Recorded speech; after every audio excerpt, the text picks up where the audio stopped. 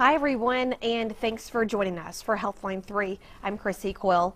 According to the CDC, nearly 700 people die each and every year from heat-related illnesses. Now, summer, of course, just right around the corner, and heat will be a major factor. It always is, especially here in the South.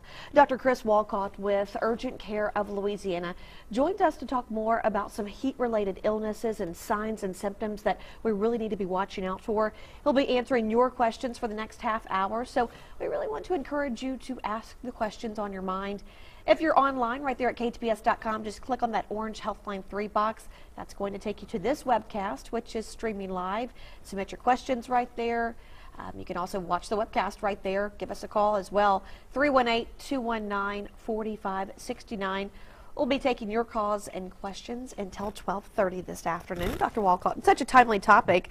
So, I mean, it's really good to start thinking about the heat before it gets here. Absolutely. It's going to be on us quick. Yes, it will, before we know it.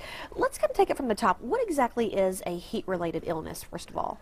It's any condition or activity or environment that a person can get into that will lead to their body temperature rising higher and faster than the body's ability to dissipate that heat. Okay. So what are some different types of heat-related illnesses? You're usually divided simply into three different categories. The first one being heat cramps. Okay. And these are the more common things we see.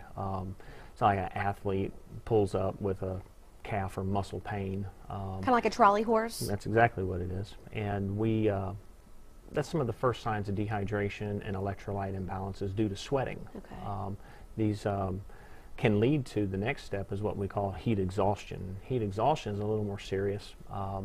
It is further dehydration, loss of water, loss of sodium, and it can be accompanied with headaches, nausea, vomiting, abdominal pain, agitation, confusion, and if not careful, can lead into the third stage of what we call heat stroke, which is a profound form of heat illness in which the brain is affected, and you can have stroke-like symptoms, even going so far as being in a coma. Wow. And are these symptoms that slowly creep up on you, or is it kind of something that just happens real quickly? In many cases, there's a stepwise progression. Okay. Some populations are a little more susceptible, whether it be the very young or the very old. But your average athlete or your average worker who's going to be in these 100-degree temperatures and working will tend to notice the signs first, or at least they should. Headaches, aches and pains, nausea, the cramps in the muscles. Yeah. Those are some of the first signs, and if they're not heated, you can progress to the more serious illnesses. But those signs are the ones that should have you stopping, getting out of the heat, and rehydrating. Yeah, you need to watch out for these signs because, as you mentioned, this can be deadly. Deadly. What can we do to make sure that this doesn't happen to us? The main thing is, if you feel the symptoms coming on, is to get out of the heat. Yeah. Whether you go inside to air conditioning, whether you wrap a sheet around you and cover it in water and have a fan blow on you. The athletes now have the fans with the mister systems on them. But simply getting in the shade can drop the ambient temperature by 20 degrees. And so that can help out tremendously. But one of the most important things is preparing for the event. If you know you're going to be out in the summer heat and having increased activity, and then what goes along with that, sweating, you need to pre-hydrate. You need to drink water and electrolytes and sports drinks prior to the event. Some experts advocate even doing it the night before. To start drinking water and Gatorade or other sports drinks to the point where you might be getting up throughout the night. Yeah. But the next day, you continue that process and continue to drink. And then when the activity starts, you are fully hydrated. And as you start to lose those fluids, it's easier to replace them. Because if you get to a point where you feel headaches or you're starting to feel thirsty, then you're already dehydrated and you're behind the ball. I want to repeat that. If you're starting to feel thirsty, that means you're already dehydrated. That's correct. And maybe not profoundly so, but to a point where you are definitely needing to take fluids in. Now, you mentioned a little bit earlier that sweat is also a sign of dehydration. So how does a person, I mean, so anytime we sweat, we're dehydrating? Well, yes, you're losing what we call insensible losses. Fluid is leaving your body, and you need to replace it. In fact, in heat cramps, we expect people to be sweating, but in heat exhaustion, they should be profusely sweating, the drenching sweats. And this can actually lead to an ominous sign where the patient stops sweating. And if the patient stops sweating, their dehydration has become so profound that their body is no longer making sweat, and the body has just then lost the ability to cool itself. And that can lead to heat stroke very quickly. That will lead to heat stroke very quickly. If someone is suffering from any of these symptoms, when do they know that they need to come to the hospital? To come to the hospital, it's basically anytime you feel it's an emergency. The clinics can handle these things as well. We handle it at our clinic. Some of the major indicators are going to be if they feel like they have heat exhaustion and fatigued and muscle weakness, and maybe can't drink and keep it down because of nausea or vomiting, then that can become an emergency and they would need an IV to give fluids. Other benefits of coming to the clinic or the hospital is that we can check to see if there's been any damage to the body. Muscle breakdown, kidney damage, liver damage, and even the heart are all affected by heat. This kidney damage and liver damage, is this something that can be repaired, or? In most cases, yes, absolutely. If we can just get them rehydrated, those organs thrive on having good blood pressure. And if you're dehydrated, your blood pressure might drop, and those organs will start to show damage. And the liver can heal itself. Right. But the kidneys are very hardy, and it takes a lot to damage them. So if we can get on them early and start treatment early in the process, then most people will recover without incident. Is blacking out and seeing little spots, is that also a sign that you need to hydrate yourself? That's a worrisome sign.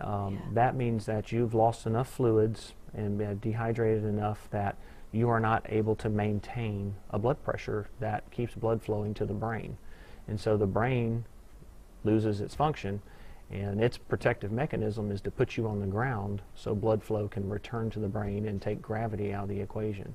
That's a very low blood pressure. That's fainting, and it's a protective mechanism your body has. It's a last-ditch effort to keep blood flowing to the brain. So yes, absolutely, that means you're very dehydrated. Dr. Wolcott, you had mentioned that we need to pre-hydrate. Of course, make sure we get plenty of fluids the night before we're about to go run a race or mow our lawn or do some yard work. Is there liters or gallons that men and women and elderly and children should drink as far as like guideline? The average amount of water that an average adult male should have in a day is roughly 3 liters. That's the old 8-ounce cup that we always talk about. That's 13 of those cups, and that's just a normal day. That's our normal intake. A female is about 2.1 liters, and that's about 9 cups a day. So the old saying of 8 cups of 8 ounces of water a day is keeps the doctor away. That's pretty close to what you need. Now you have to take into account that those 8 cups of 8 ounces of water are not enough if you are going to go out in 103 degrees and play basketball for 5 hours. You will use up that water very quickly, and so it's very hard to gauge how much you will need. But in heavy activity with much sweating, many people would say, as a rule of thumb, about 1 liter an hour of replacement. Really? It could be something that really saves your life. If you have questions for Dr. Wolcott, we invite you to give us a call, 318-219-4569. The number's right there on the bottom of your screen. We're also taking your questions online over at ktbs.com. As we were mentioning earlier, summer just around the corner. We've already seen a couple of really steamy days over the past couple of weeks here across the Arklatex. It gets extremely hot here in the South in the summertime. So starting to think about these heat-related illnesses early is something that you can save your life as well as your child's life. And speaking of children, we're coming up on a time in the summer when a lot of them are out there playing baseball. They're practicing for football.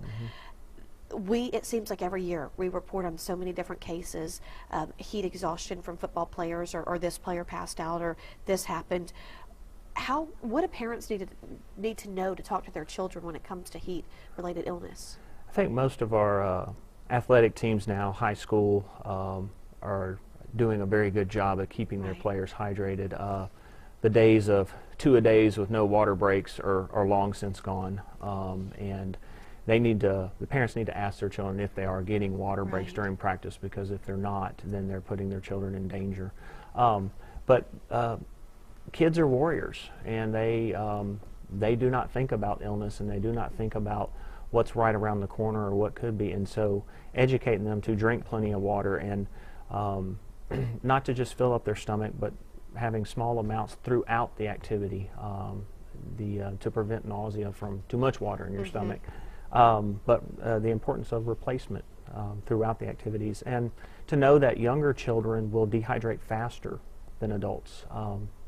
Several factors in that.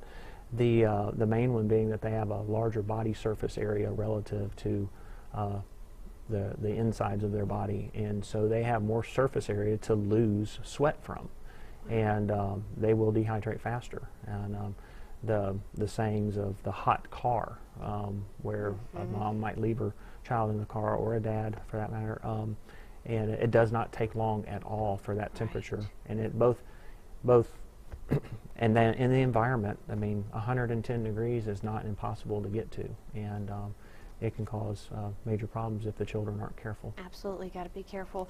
We have a question from Amanda online.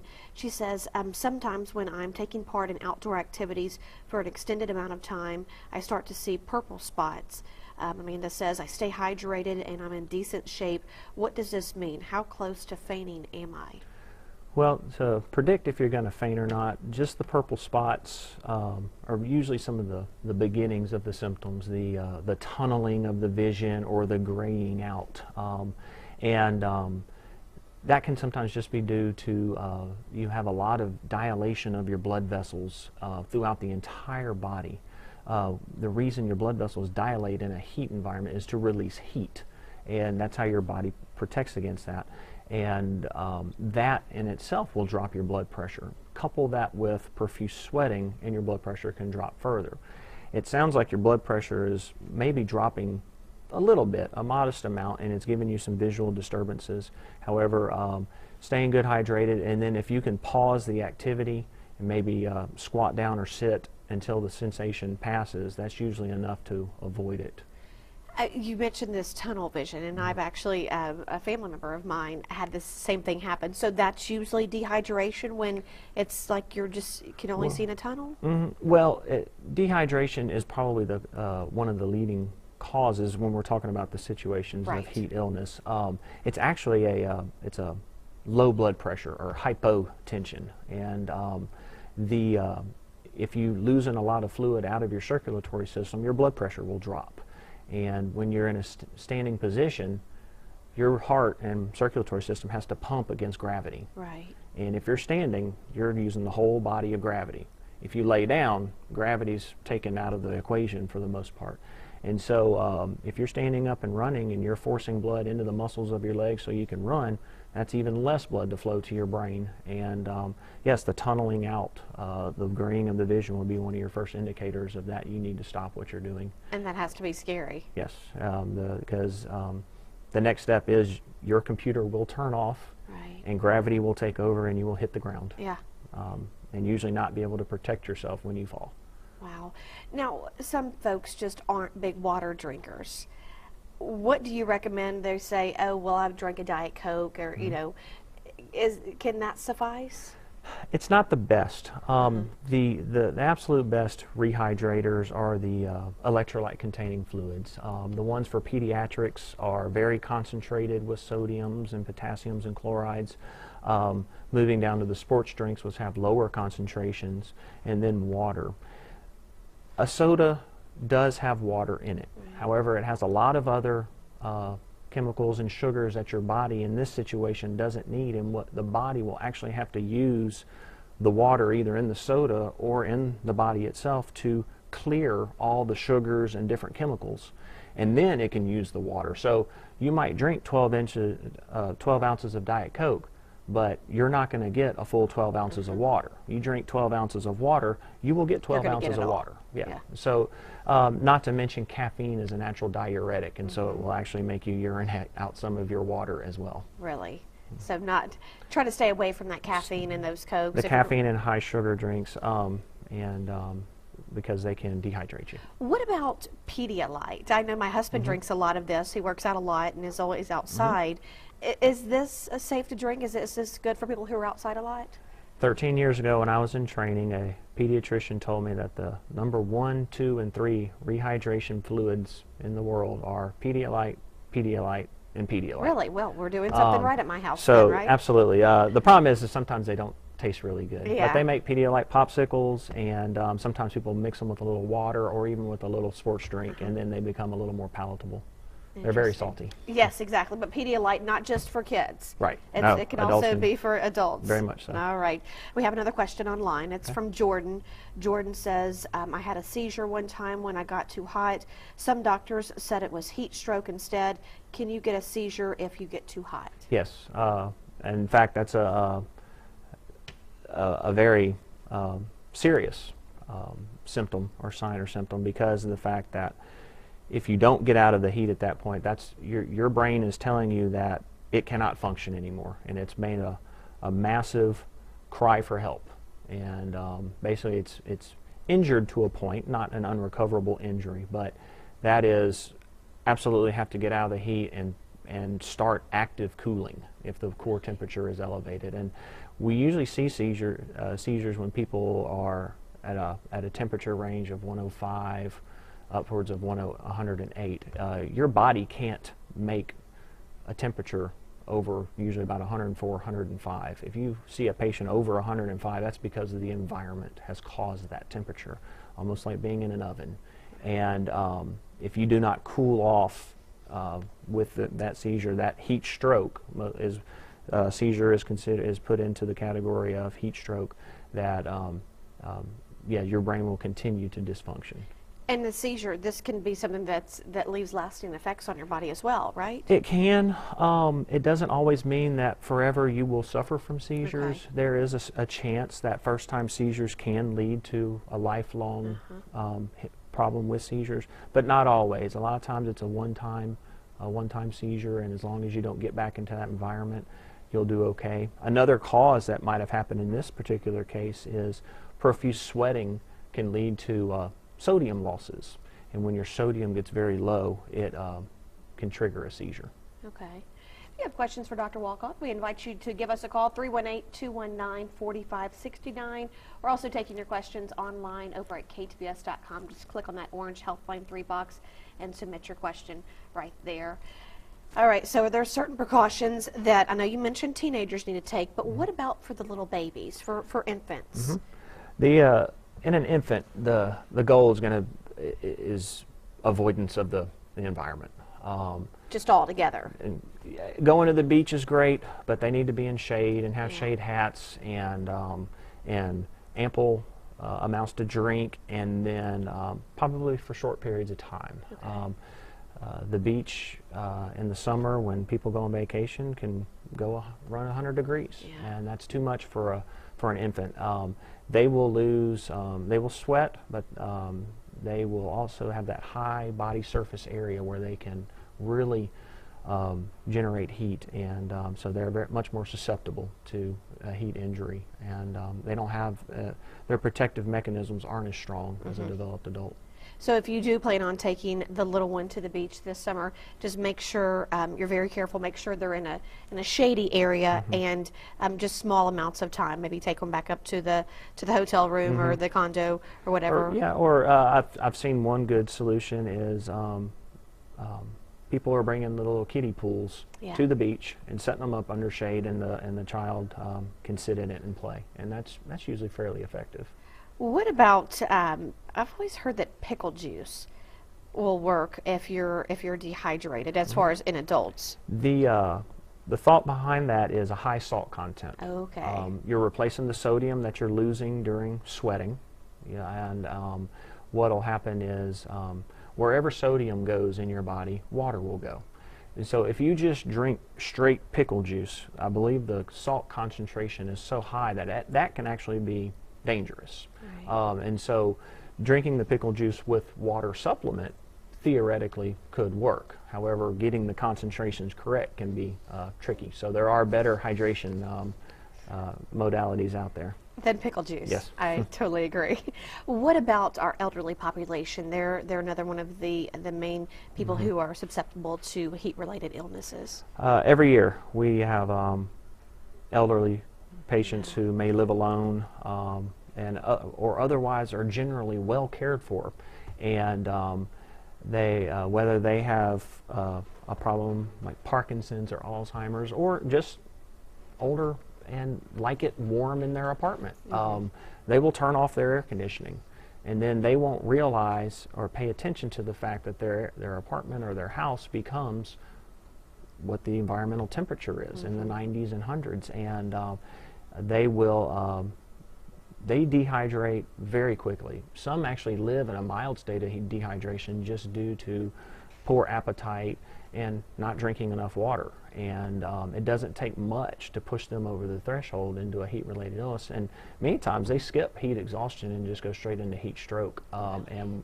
that's how we find them. They're already into that third stage and altered, and we're thinking stroke or massive infection, and we get a body temperature back of 107, and we know that we need to cool them rapidly. And can this have a lasting effect on their bodies just because of their age? It can. It just depends on how hot the brain gets, Really? and there can be some damage. I've seen many cases that actually return back to normal once we get them down. In fact, I've seen some profound recoveries within an hour of starting treatment, and getting them hydrated back up, and they wake up and have a conversation with you. Really? So. What's your advice for family members out there who might have an elderly loved one who lives by themselves? What would you tell them? Check on them often. Yeah. Whether it be just a phone call, even if it's just to inquire what's your thermostat say, to know what the weather is. On a day like today, probably not going to have to worry about it too much. In a few weeks, you're going to have to worry about it every day. And if it turns out that it looks like they're not caring for themselves in that regards, then they need to visit them, or definitely check on the thermostat. Educating them about drinking plenty of fluids, but they knowing that it can happen. Yeah. And I think we all worry about falls in the bathrooms, but I think sometimes the temperature of somebody's house in this day of air conditioning, that we forget that some people will turn off their air conditioning. And I find that some of the elderly people just have fans in their homes. They don't have. They don't even have an air conditioner. And running a fan through an open window and circulating can help. If it's 100 degrees outside, it's been reported that fans circulating and blowing on a person can lower the temperature by 20 degrees and keep you cool. Again, in this day and age, it's not a substitute for air conditioning, and they still can overheat on the extreme heat days. And that's evidenced by when we hear about the stories, say, in Chicago or that are in the north, but experiencing a 92-degree day or an 88-degree day. They have heat advisories out because they're not used to 90 degrees, whereas 90 degrees is a balmy day for us, and we worry about the 103 degrees. Well, basically, it's any temperature that can lead you to losing your using your ability to sweat and then dehydrate. Dr. Wolcott, what's the difference between eating water versus drinking water? There's so many. It seems like there's so many foods out there that are full of water. So for folks who just aren't big water drinkers, it's a good question. People think, do I have to line up 8 or, as we figured out, 13 cups of water and drink them? And no, you don't have to do it all at once. In fact, if you do it all at once, your body's going to realize a water surplus, and it's going to get rid of it. Right. But there are. It doesn't have to be all in cups of water. Absolutely. Most foods have a degree of water content. Fruits and vegetables tend to have a lot of water. Even meats have water in them, and you can satisfy your water requirements through your diet as well. Right. So lots of fruits. I feel like that's what I want a lot of, especially when it's hot outside.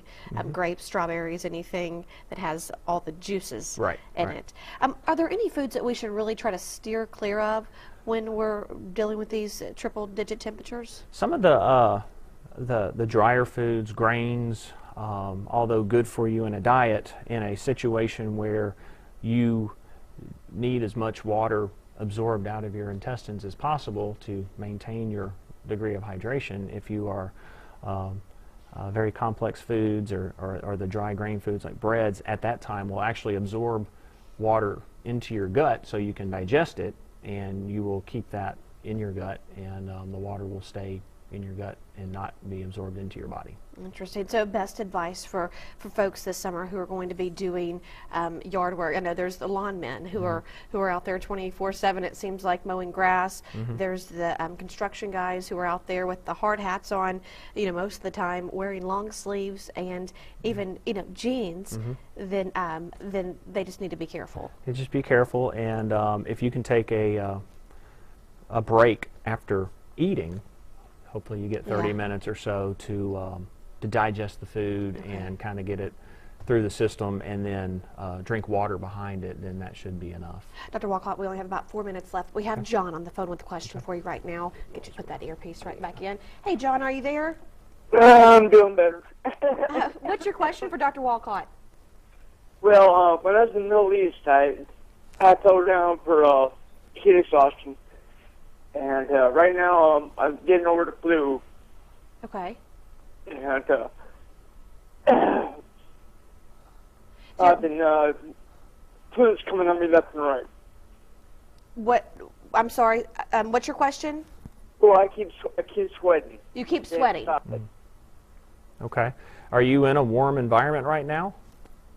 Now I'm in an apartment with air conditioning on. Okay.